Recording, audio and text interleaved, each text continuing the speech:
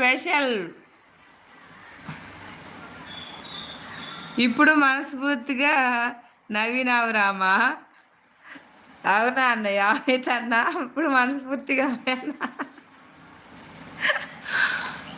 మీరు మనస్ఫూర్తి నవ్వించేదాకా ఊరుకోలేదు కదా అన్నయ్య. అమిత్ అన్న, సర్వపిండి అంటే మామూలుగా బియ్య పిండిలో కరివేపాకు, ఉప్పు, కారం,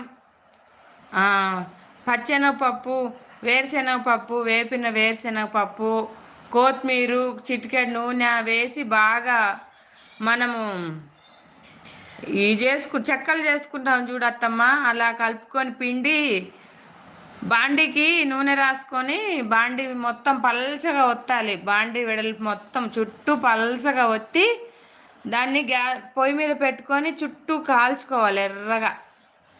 తిప్పుకుంటూ కాల్చుకోవాలి, బాగా ఎర్రగా కాల్చుకోవాలి.